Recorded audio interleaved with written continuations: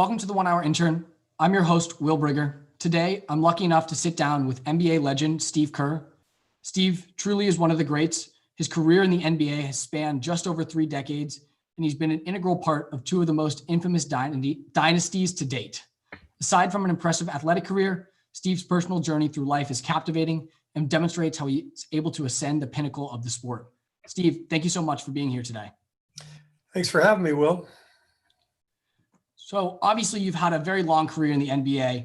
It'd be great to just hear what you think about the season wrapping up this year in just such a different way. Yeah, well, like everything else these days, the NBA season was bizarre. It took a lot of planning and hoops to jump through, and I'm really impressed with the job that the NBA did in creating a bubble down in Orlando. Amazed that all the players and coaches just stayed with it.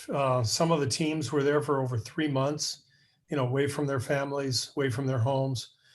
And they managed to finish the season out in a really great manner. The playoffs were exciting.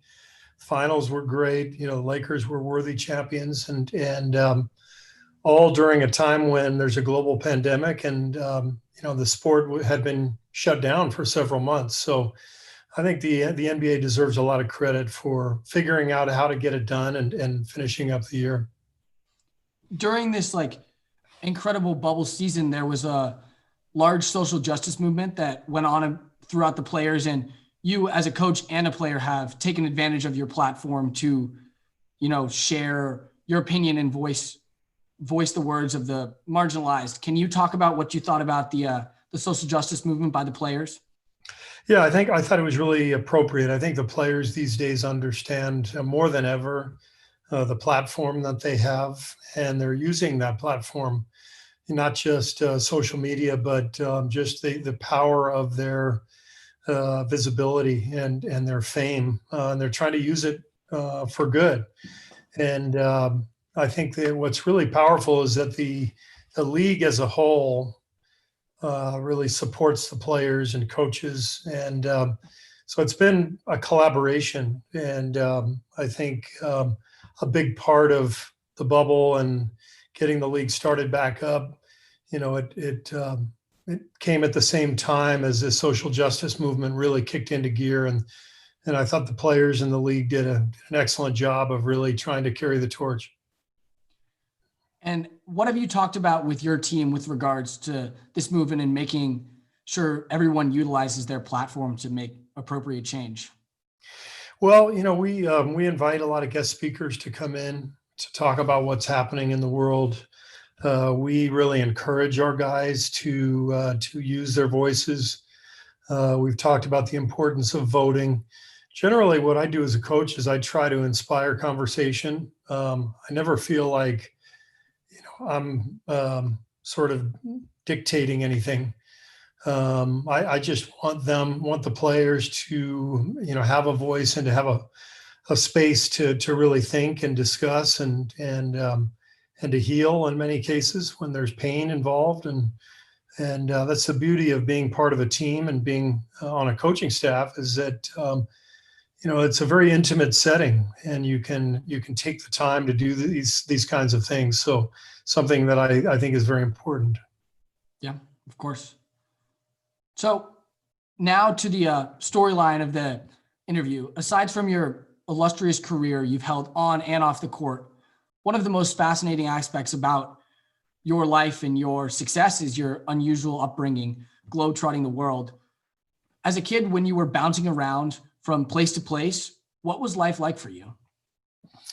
Yeah, well, I had a pretty unique upbringing. My dad was a professor of Middle Eastern political science, and so I was born in Beirut, Lebanon, and spent quite a bit of time overseas. Our home base was Los Angeles. My dad was a professor at UCLA for 20 years through most of my childhood, but he would take sabbaticals every few years, so we traveled quite a bit.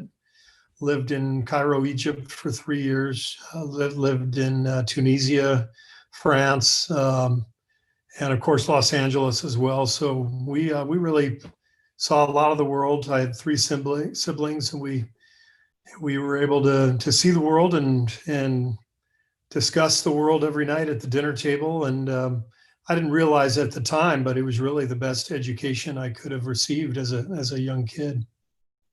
Can you talk about the specific aspect of this different education? I think being able to live in a different culture is a really unique experience. It's one thing to read about another culture, but another thing to live in one and to be an outcast, to be a visitor. It's a really important perspective. I think sometimes we all get wrapped up in our own world wherever we live in our own community. And so getting, taken out of that comfort zone and being put into somebody else's realm is it's really powerful, and it teaches a lot. I think it teaches you to adapt. It teaches you to adjust and to be more empathetic and aware and understanding of other people's customs. And at the same time, it also teaches you that basically everybody is sort of alike, in that we're all looking for the same thing, which is a safe and happy environment, a family and people who love us, and food on the table and a roof on our heads. Everybody sort of wants the same thing, no matter what culture they live in. So getting that perspective, being overseas quite a bit, was really important for me. Are there any particular moments or stories from that travel that really stand out as pivotal in your life experience? I think just, I lived in Cairo, as I mentioned, for 3 years. I went to an American school just outside of Cairo. And so I spoke Arabic pretty decently. This was kind of junior high years. And, I had to get around town with my Arabic. And I learned, I went to school with kids literally from all over the world. Because most of the kids at the school were, kids of businessmen, diplomats, from probably 100 different countries. And so it was an American school, but it was an international school, really. And so I think just going to school every day and seeing so many different faces, hearing so many different languages was just an incredible way to be exposed to the world. In that educational experience of diversity, did you learn any lessons that you think are overlooked by the traditional upbringing in the U.S.? Well, yeah, I mean, I think probably not just in the U.S., probably everywhere. As I mentioned, we get sort of wrapped up in our own world, and there's an entire world out there. And I think that's the lesson that was most important to me. Was I was just given a worldview that I otherwise wouldn't have had. So, for example, I lived in Cairo when the Israeli Egyptian American peace agreement was agreed to in 1979, and the border opened up between Egypt and Israel. And my family and I drove across the border. We were among the first people to actually utilize the border opening, and we went and visited Israel, and just being aware at the age of whatever it was, 14 or 15, being aware that people couldn't do that before, and now all of a sudden, because of this peace agreement, we were able to drive through the border and go visit Israel and see the country, and that this was a historic world event. I don't think any of it would have registered if I had just grown up in Los Angeles the entire time. So,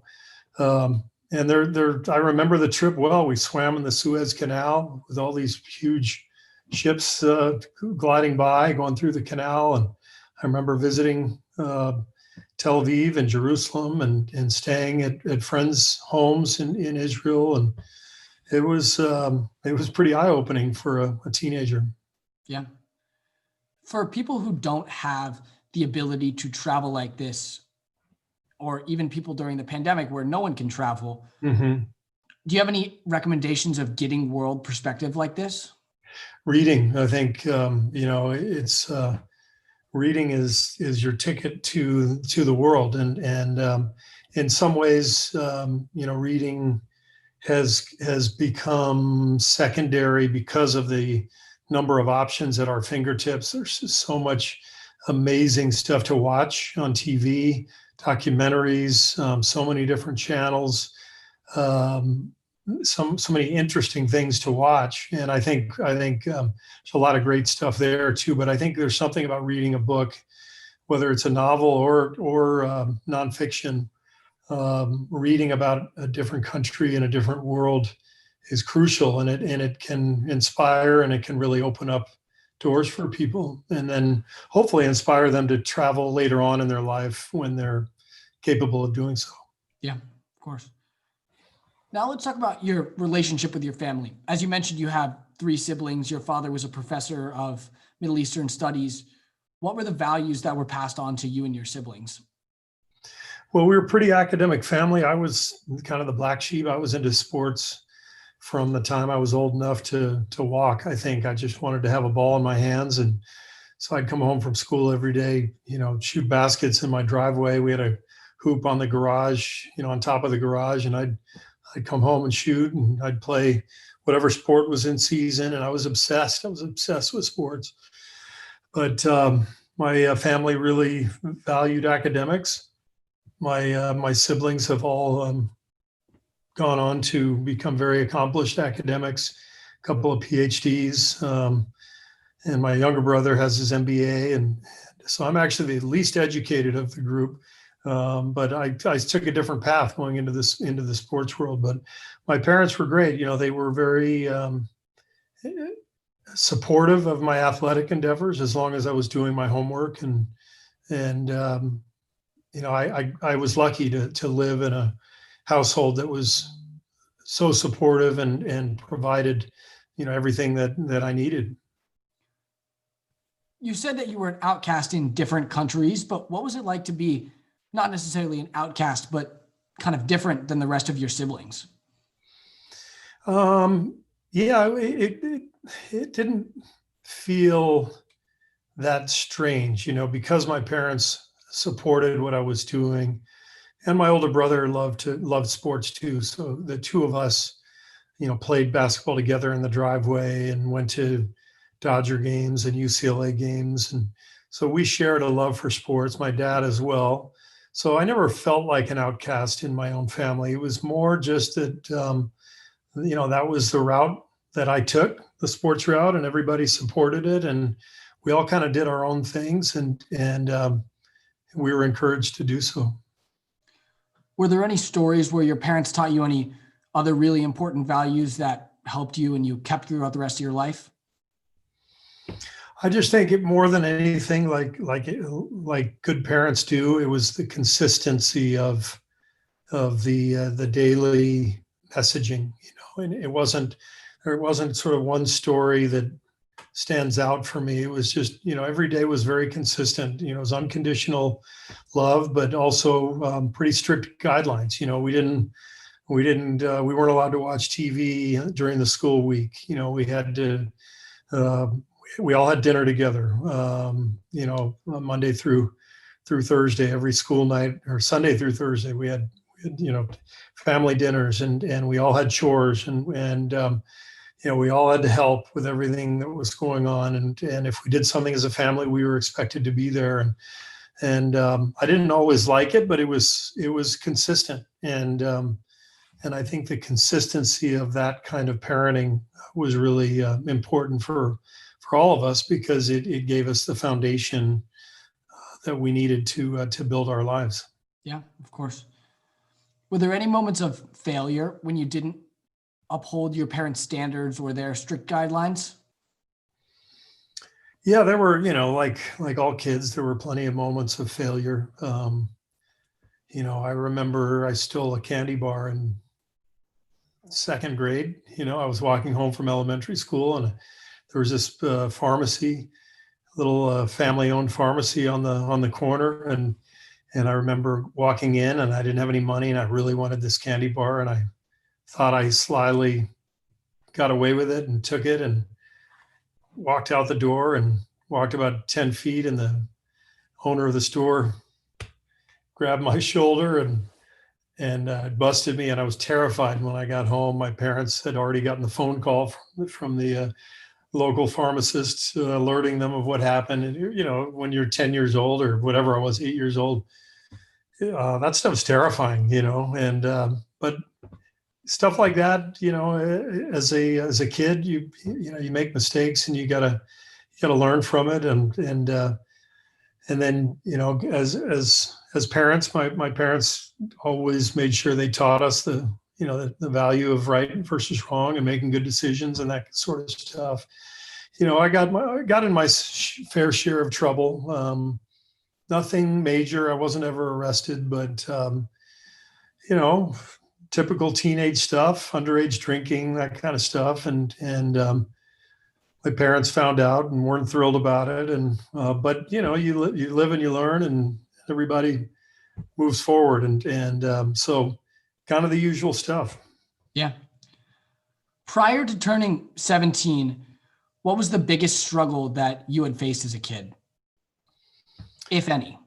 I didn't face any adversity in terms of real life stuff. I had a great family and never lacked for food or roof over my head or people to love me. So I was incredibly blessed. I was probably my own biggest enemy growing up because I was so competitive that I just would lose it. I would completely lose my mind when things didn't go my way playing sports. If I made an out in baseball or, had a bad shooting game in basketball, I would literally cry and, throw tantrums. And I remember one baseball game we played in this championship game and we lost. They gave us second place medals and we were lined up along the first baseline, and they went over to the third baseline to hand the championship trophies to the team that won. And I took my medal and I threw it into the outfield. I was wow. Such a brat. I was awful, but looking back on it now, like I realized that was the fire that was inside me that I had to learn how to tame and utilize. And so until I got older, I didn't really experience real adversity. I just faced my own sort of character flaws or demons, things that I had to learn how to manage. And eventually I did, but it took a long time. Were there any particular strategies or steps that helped you tame that fire, but use it in the right way to become the successful basketball player that you were, or deal with any other flaws that you saw in yourself? Well, my parents were good. They were very quiet little league parents. They were never on the sidelines yelling and screaming. And back then it was different. Parents didn't go to every single game that you had. I remember my parents they'd probably go to, one out of every 2 or 3 games that I had because they were busy. And so sometimes they would just drop me off at my game and somebody else's parents would drop me at home. And you get home and you have dinner and they ask you how the game went. These days is like, parents are in the stands filming the kid and breaking down the film afterwards. So in many ways I was lucky because my parents were pretty hands off, but when they did see all these tantrums, they didn't address it right away. They would always kind of wait till we got home. And then once I had cooled off, they would ask me about it and I'd have to explain to them I didn't know why these things were happening, but I was lucky to have very rational, calm parents who sort of talked through things. And as a result, I think over time, I just got embarrassed by my behavior, Yeah. And I was, I finally, when I turned maybe about 15, even though I wanted to completely snap and go off the handle, I learned how to at least contain my emotion and keep it inside. But it's, it was in there, and every once in a while it would erupt. But I learned, like I said, I learned that that's also what drove me and made me want to work hard and succeed. Yeah, of So course. it was many ways it was a gift too. Mhm. This fire that you did have helped you play college basketball. Going into college, you didn't have very many recruitment offers, but you did have one offer from University of Arizona. Was it tough to handle the fact that you didn't have as many offers, but you really wanted to pursue this path? Yeah, it was really tough because I wanted so badly to be a college athlete, and I was just not recruited heavily at all, and I had a few schools interested, and then nothing really materialized until the summer before my freshman year. So I was literally offered a scholarship in early August to Arizona. That was 3 weeks before school started. So it was I was kind of a late bloomer, kind of an underdog, and that was the chance I needed, and I got one. But before that time, I was really frustrated. And You how know, did you deal with that frustration? I guess I was just realistic about it. I was a kid who played all different sports. I didn't focus on basketball really until maybe my junior year in high school, and even then I played baseball in high school and kind of went from one sport to the next. And in some ways that hurt me at the time because I probably didn't develop in basketball as quickly as I could have. But in other ways, it helped me because I think being an all-around athlete ultimately helped my development as an athlete and as a basketball player too. So I just I just made other plans. I had a couple of schools that I had applied to that I was accepted to that I was going to just go and try to walk on um, without a scholarship offer. And I had sort of thought, well, if I can't play college basketball, I'd like to get into coaching. And so I would have found an alternate path. It wouldn't have been um, as successful or as much fun, but I would have found my way for sure. Yeah. I knew what I wanted to do. You said you kind of had other plans just in case. And some people say, it's not safe or it's not smart to have a backup plan because you have to go all in. What do you feel about that mentality? No, I think backup plans are good. I like being all in. Um, the advantage I had was that I loved what I was doing. So I I think that when you have a passion for something, life's decisions become easier. Maybe there are fewer of them, but they're more clear. And I think that people who have the most difficult decisions are the ones who are talented in so many different ways that they have a lot of options and they're trying to figure out which way to go. So in many ways, I think my single-mindedness helped me. And but I think it's important for people to really recognize what gets them out of bed in the morning. What really excites you? What do you look Yeah. forward to doing? Yeah. Whatever that is, that should be the pursuit, because ultimately, if you're lucky enough um, to do so, you want a job that you can look forward to and a career that you really enjoy. Yeah, of course. Obviously, at University of Arizona, you took advantage of your shot. Can you talk about your experience and what it was like playing with that chip on your shoulder and how you really took your game to the next level to be the pro that you became? Well, I think when I got there, it was really the first time that I played basketball year round. As I said, I've been a multi-sport athlete in high school and kind of went from one sport to the next, and then all of a sudden I was practicing basketball 3 days a week. I mean, three hours a day, 7 days a week, and Big difference in so those two numbers. big difference. Yeah, yeah. So um, doing something every day and being locked in on it. Um, I don't think I had.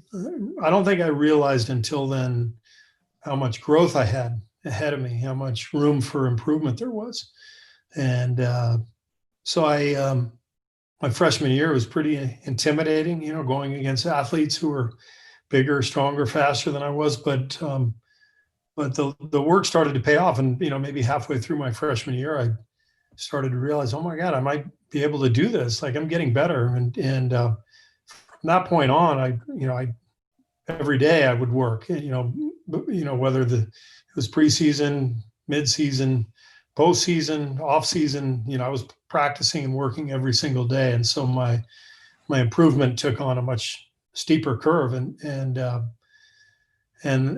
because of that improvement, I was really inspired too. I gained a lot of confidence and really found a purpose and a mission. Yeah. Another big mentality is, 10,000 hours and you're an overnight success. Clearly you're showing that you're an example of that. Can you talk about that mentality in your own life?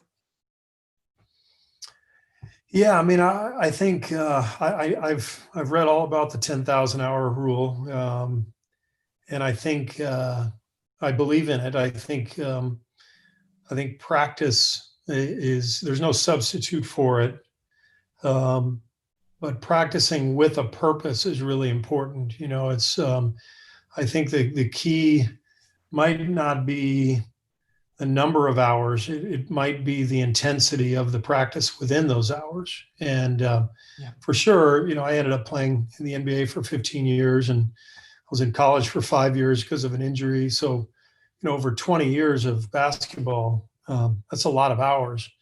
But I think I figured out how to practice and how to work, and that was important because the quality of the work leads to the subtle improvement. Because what happens is in the beginning, you get a steep curve of improvement, and then you sort of reach a level where maybe you've reached your physical peak, and then it becomes more about the nuance and the little things here and there. And I think it's true in any field, whether a musician or an artist or a businessman or professor, anything, you get better, you get better, you get better. And then all of a sudden you realize there's really unique areas where you can improve. But in order to get there, you've got to practice really like focused practice, intense practice. So it's not as much the hours as it is the intensity of the preparation. And that's what kind of makes it fun when you reach a certain level and you realize, oh man, there's a different level, but there's a different way to get there. Yeah, of course. During your college career, your father passed away, and you don't need to discuss specifics, and we can skip this question if it's not live, no gotcha journalism, if you don't feel comfortable talking. But if you do, how did you feel, or how did this affect you? And how did you kind of overcome the grief of losing such an important person in your life? Yeah, I don't mind talking about it. My dad was a victim of terrorism in the Middle East. He was the president of the American University in Beirut. So he left his job at UCLA in 1981 and went back to Beirut, where he had actually grown up as a student and a child of American missionaries there in Beirut. So it was kind of his dream job, and he took the job. And in 1984, he was assassinated by a terrorist, and basically for being a prominent American in Beirut at the time. So I was 18. I was a freshman at Arizona, and it's the only time I had ever experienced any real adversity in my life. I mean, I'm talking about devastation.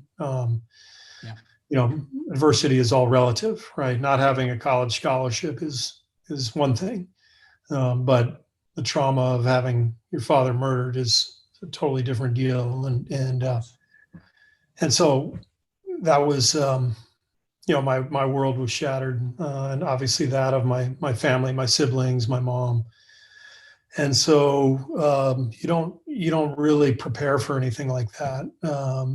You go through the shock and the grief and the mourning, but what happens is every day you wake up and another day starts, and so you realize pretty quickly you don't really have a choice. You just have to keep moving. You keep doing what you're doing. And in my case, I probably dedicated myself even more so to basketball and to what I really enjoyed. And it turned out, that the couple of hours on the court that I could spend every day was the most cathartic of the day for me during that time in the immediate aftermath. So the real lesson was, you just got to carry on. One of my favorite songs, the song from that band Fun, Carry On. I listen to it all the time, and it's very meaningful to me because I really believe that's kind of how you have to approach life when things go wrong. You just got to carry on, and so you got to also stick together with your family and with the people you love, and you got to not be afraid to ask for support and need support and reach out to people who you love. And I learned about all those things along the way, but biggest thing is you keep going. Were there any people in particular that really helped you get through such a tough time? And if so, how did you find those people? I think it was mainly my teammates, to be honest with you. I was a freshman. This happened like halfway through my season, my freshman year. And those were my best friends, the guys on the team. And my family was actually scattered all over the world. My mom and my younger brother were living in Beirut at the time when my dad died. They ended up moving to Cairo, where my mom took a job at the American University and where my older brother was working. My sister lived in Taiwan at the time with her husband. And so I didn't have any family in the United States, really, other than my grandparents in Los Angeles. And so I was in Tucson, at University of Arizona, and I turned to my teammates. And that's, one of the beautiful parts of sports is that you have this built-in family when you have teammates. It really becomes a second family. And so I just turned inward towards the team and felt their support and support of my coach, Lute Olson, who really helped me. And that was a critical support system that I had. Yeah, of course. Were there any other moments? I mean, obviously that is something that changes the course of your life, but were there any other pivotal moments in your college experience? Yeah, I mean, I think, I met my wife in college. I met my best friends to this day are people I met in college. So, building those relationships was really important. And then I think my overall experience at the university was crucial to my development, as a basketball player, as a human being. Had an amazing college experience, and I think the basketball experience really set up the rest of my life in terms of what I was going to be doing. I didn't really think I'd go on to play in the NBA, but the experience that I had at Arizona playing there under Coach Olson prepared me for it, and I was able to find my way into the NBA and play for 15 years. So that whole college experience was all part of it. You did stay at University of Arizona for 5 years, like you said, because of an injury, but you didn't declare for the draft until your final year. Was there a reason? Was there a particular reason for that? Well, the main reason I wasn't good enough. The second reason was that people didn't really do that very often back then. It was generally only the very, very top guys. Yep. There wasn't really an alternate route. College basketball was still the best way to develop as a player. It was also the most fun time of my life, and I wasn't going to bypass that. But I wasn't a prospect that was, considered, very, very highly touted. So at that time, only a handful of guys, went to the draft early, and I was having too much fun to even think about it anyway. Yeah.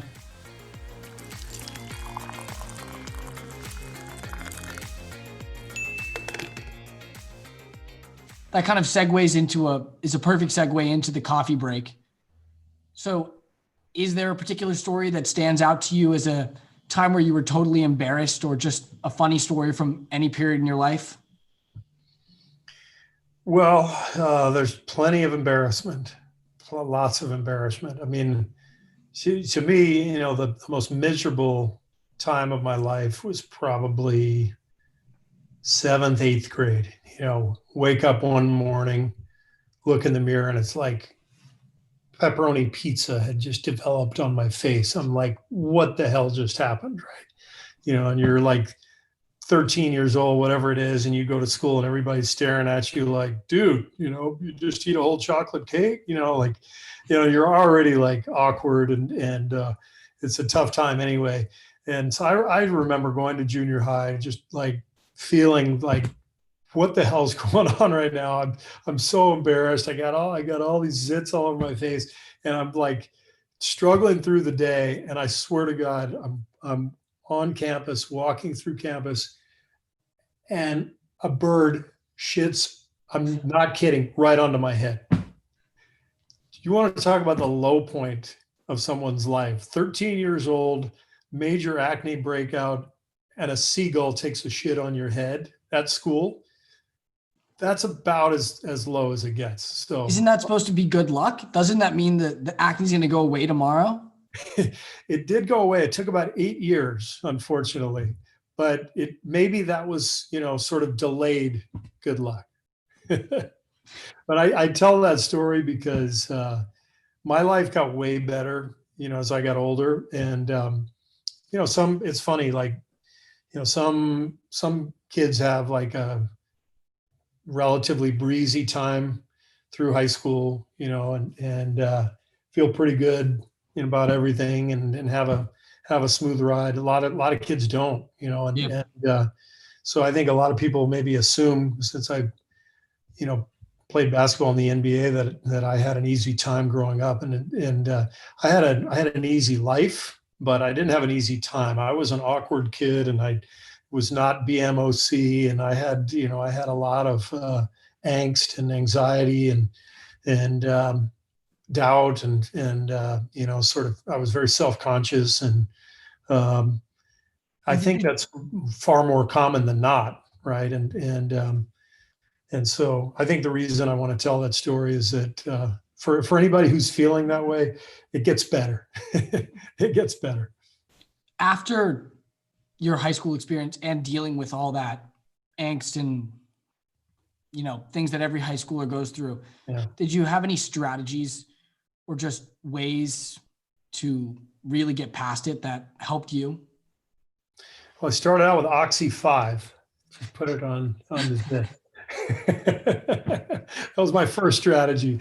I think I think I didn't have any strategies. To me, when you're a kid, you just kind of wake up and you go, right, and then things happen, but I had a lot of good stuff that was going on, and so despite my anxiety or angst, and awkwardness, I loved sports, and I loved competing.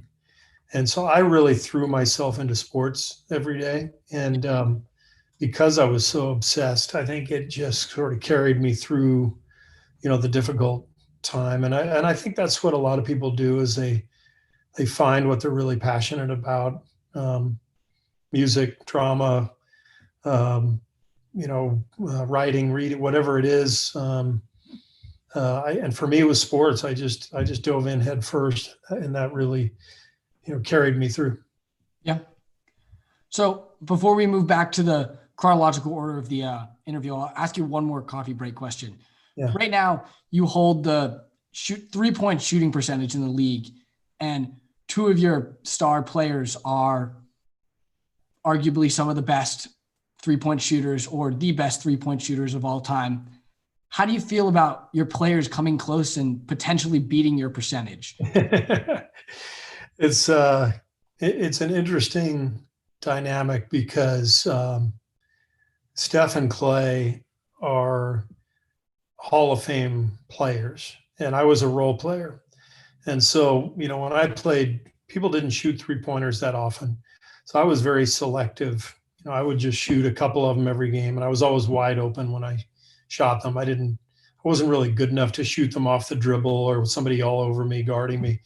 So I shot a high percentage because I was a good shooter, but also because I was wide open. These days, I was taking 2 a game, 3 a game. These guys, Steph and Clay, the degree of difficulty on their shots is so off the charts. They're taking 10, 15 threes a game. And so when people bring up the percentage, which I have the edge on them, not by much, it's like so out of whack because they're such dramatically better shooters than I ever was. So I just look at it like, I'll just hang on to the record. They can be way better. We'll just let people imagine that we're actually all in the same league by looking at those percentages, and I'll just walk away. And I assume you're telling them to take all those shots from half court. Really difficult. So that they don't catch up to your record. Make sure you take all the half court ones at the end of quarters.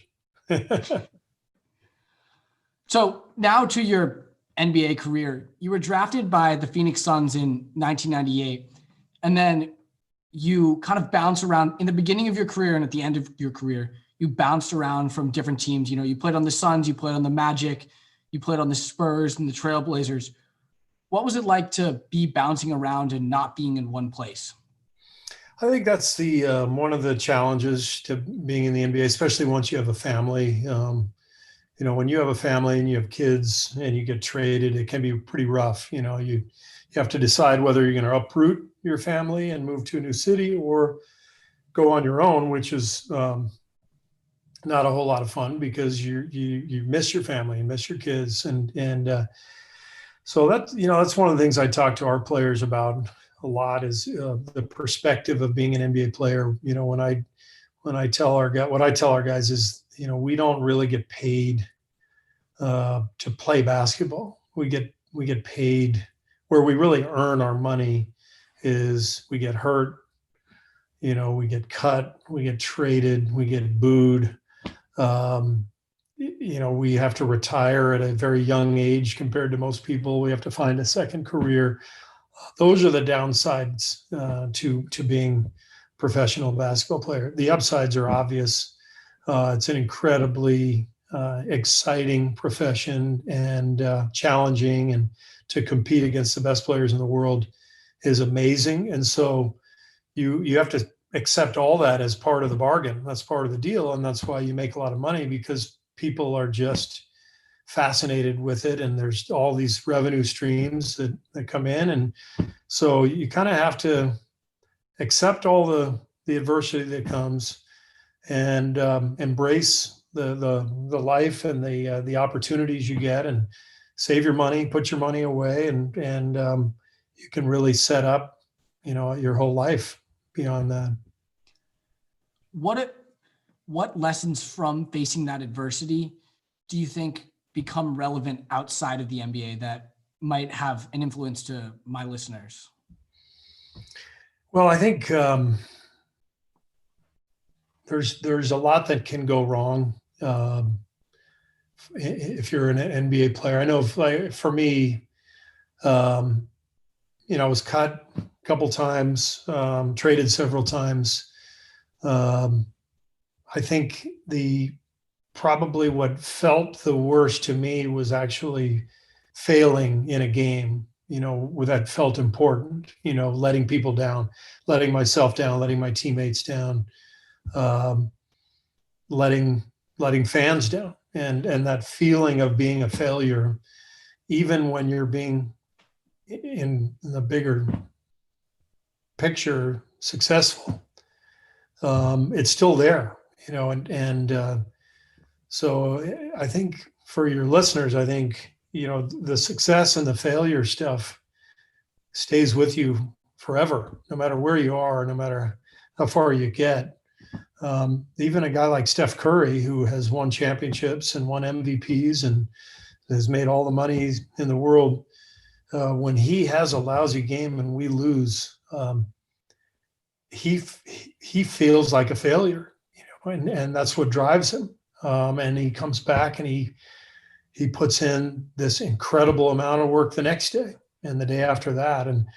And part of understanding life and an NBA career, it's all intertwined, is that's kind of how everything goes. You win, you lose, you succeed, you fail, you get knocked down, you get up, and there's all kinds of emotion that exists within that, and adversity, and but you just keep moving on. Yeah. Keep working. Yeah. So the other part of your career was obviously being on the Chicago Bulls, something that is very widely, the information about that is very widely spread. So I won't spend a lot of time there. And I'll just ask you, being on that team, being with players like Michael Jordan, what were the big lessons that you took away from being on the team and the attitudes of players like that? Well, first, I was lucky to be on that team. It was a historic team, championship winning team. And, to play with Michael Jordan, it's like saying you played with Babe Ruth. He's one of the all-time legendary athletes in our country's history. And so to have that experience was just an incredible gift for me. I think, to me, that's where I was able to probably get over the hump in terms of my own inhibitions, my own self-consciousness. Even though I made the NBA and played and had some success, I still felt self-conscious and nervous in big moments. And I think it took all the way until the time I got to the Bulls to sort of lose my fear of failure. And that was probably the best gift I received from playing for the Bulls. It put me in positions to take shots that were, the biggest shots of my life. And it required surmounting some personal nerves and obstacles that existed in my head. I was a player who kind of got in my own way. And I, in some ways, I wish I could go back and do it over again, because I feel like I could do a better job of just letting loose and playing. And I think I could have been better. Yeah. But there were some lessons I learned in Chicago that allowed me to overcome those hurdles. Phil Jackson was an amazing coach, taught me about mindfulness and meditation and breathing. And then Michael Jordan taught us all the value of just going for it.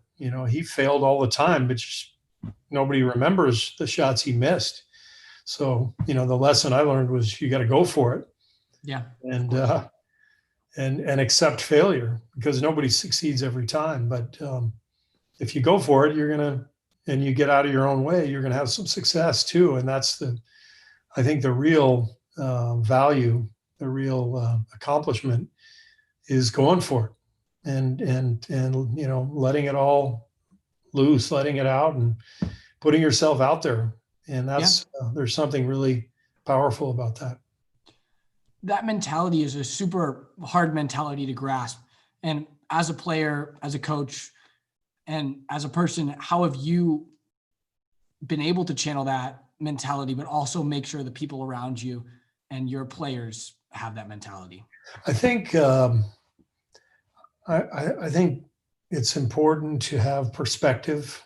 And what I mean by that is, we're lucky because we play basketball, right? So these moments that I talk about where there's a big shot, a big play, they are really important, but they're not, right? Nobody's going to die, It's a basketball going through a hoop.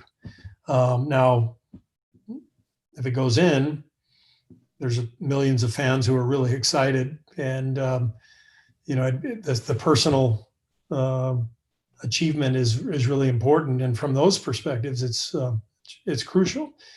But the perspective, having a life perspective to go along with that, is really crucial, and that's what I try to do as a coach is keep things in perspective, because there's so much pressure on these guys, especially today with social media. Yeah. There's a guy in the finals, Danny Green, who plays for the Lakers. and they were up 3-1, and he had a chance to make a shot to clinch the series, and he missed the shot, and he got death threats on social media that night. Like, what are we doing here? But that's the country we live in. That's the state of the world these days. And so as a coach, I try as best I can to constantly teach and preach perspective, that we're going to put all of our energy into this endeavor, but we're still playing basketball, and we got families, we got kids, we got things that are way more important. So let's strike that balance. And if we can find that perspective, it's easier to relax and play. Yeah. Back to the social media thing. After Danny Green had after social media had such a harsh reaction with Danny Green, I think it was MJ who tweeted, I wouldn't have been able to play in this social media era. How do you feel about that idea? I feel sorry for the current players. I feel sorry for our society in general. I feel sorry for young people who face similar sort of circumstances just in social settings.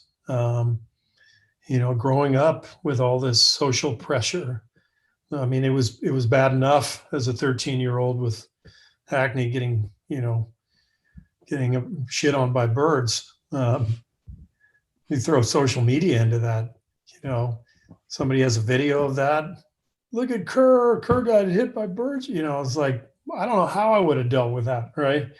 And so in many ways, I just feel sorry for all of us, for just this world that we live in. And it makes me want to try to help people gain this perspective and find ways to get through this constant judgment and criticism that creates this angst that contributes to so much of what happens in our society these days.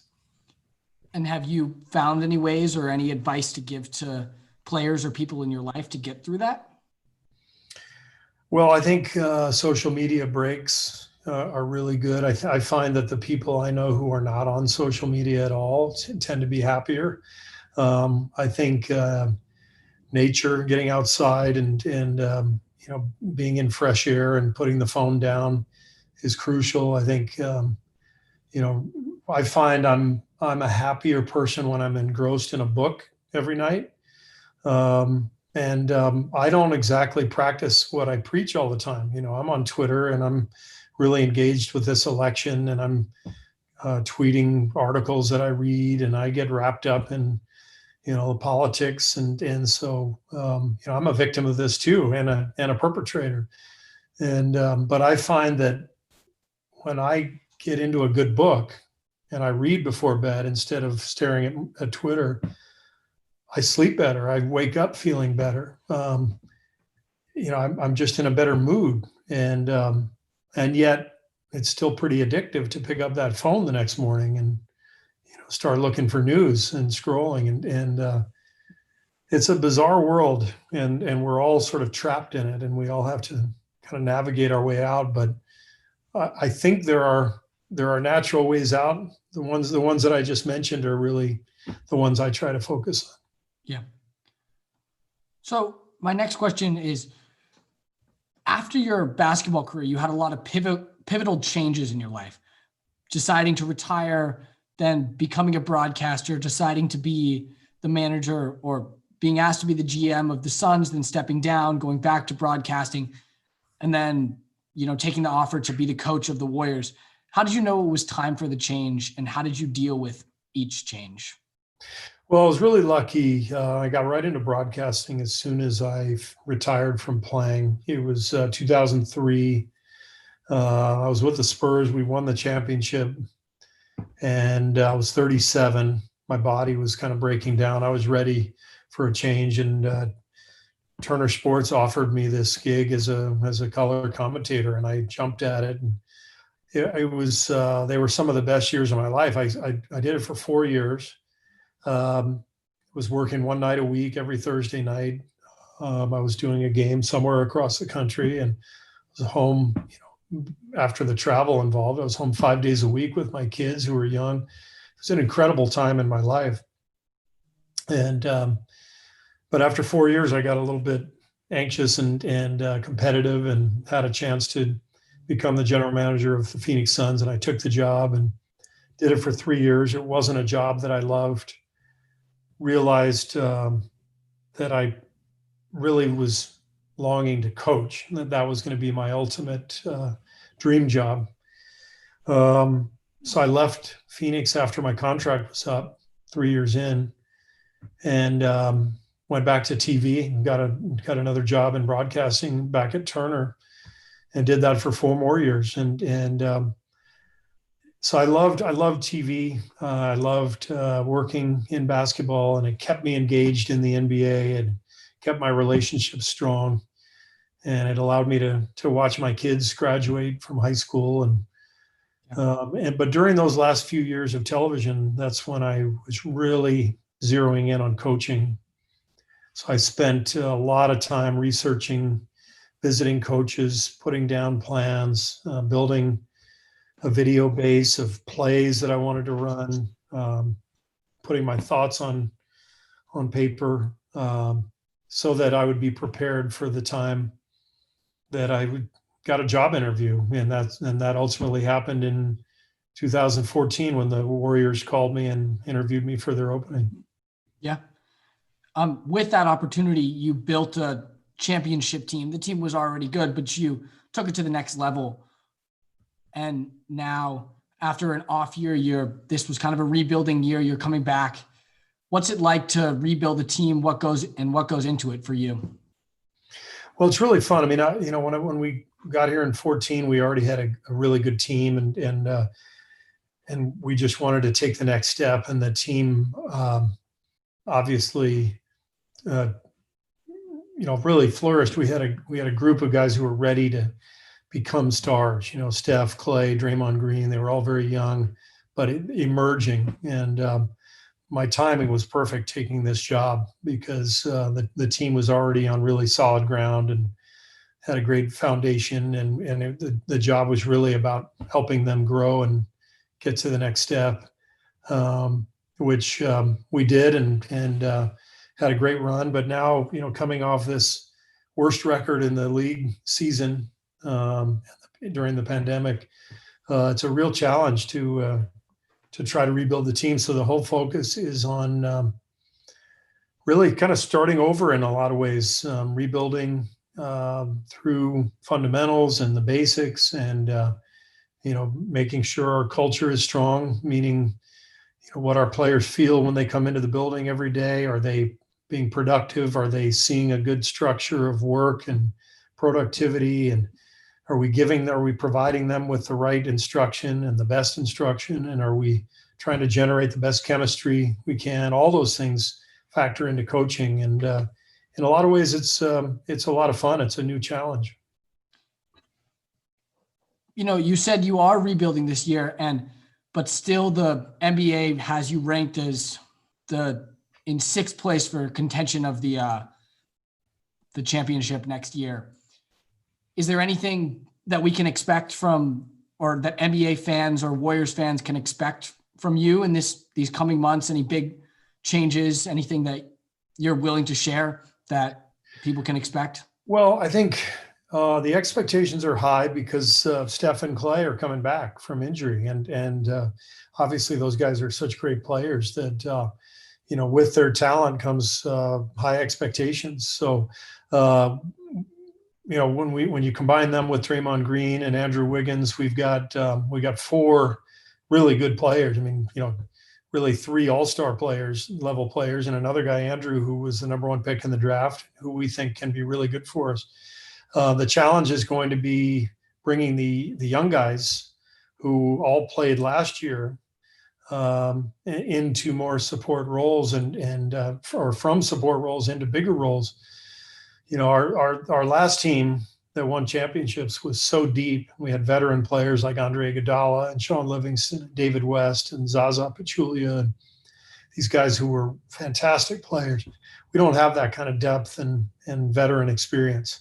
Yeah. So the challenge and what we're trying to do is combine, our core group that's coming back from injury with these young players. And then we're adding the second pick in the draft, which is exciting. Based on having the worst record in the league, we ended up with, a high pick. So there's a lot to look forward to, but a lot of work too. And a lot of unknowns. So we got to figure out, who we are and what we're going to look like. Is there any player in your roster or in the draft that you see being, or who you see having a bigger role next year and really stepping up in those big times, like you said? I think Andrew Wiggins is going to surprise people. It's interesting. He was, as the number one pick in Minnesota, he was projected to be a superstar. And that's a pretty difficult, platform to reach. And so now that we have him sort of in the second phase of his career, and we have him in a different role, I'm excited for him. I think he's a really good player. He's a very good defensive player. He's going to be playing with great players, Steph, Clay, Draymond. He's going to have a lot of room to roam. I'm excited about Andrew and what he can bring to the team. And I think people maybe aren't really giving him enough credit for how good he can be. Yeah. So as we come to a close, I'll ask you just two more questions.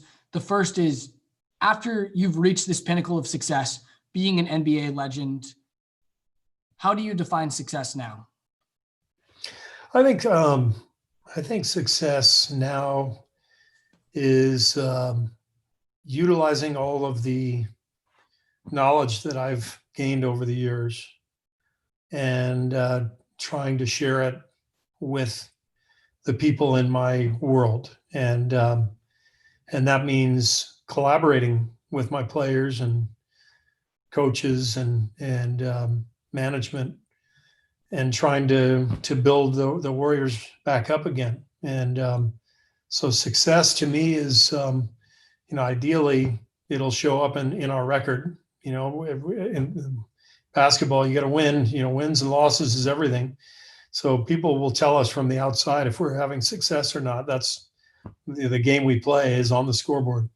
For me, if we can collaborate well, play with great energy, play together, play hard, draft the right player, and that I can play a role in all that as a coach, then I'll feel that this was a successful season. Yeah. What about on a bigger picture level, kind of thinking about your whole life and finally reaching a position where, you have access? Has your definition changed? Some people call it money, some people call it happiness. Is there one big thing that stands out to you as what success is? I think happiness. And for me, that means the joy that my family brings me every day. I've got 3 kids.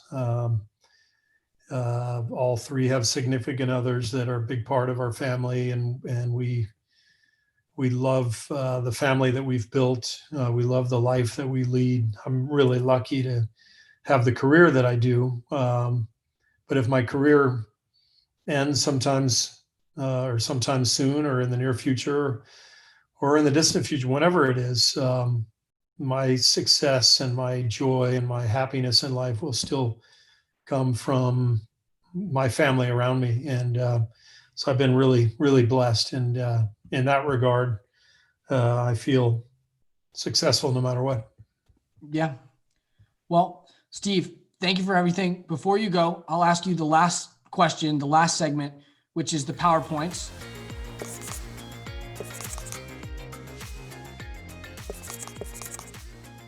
Imagine you can only take away 3 things from this conversation, 3 pieces of advice.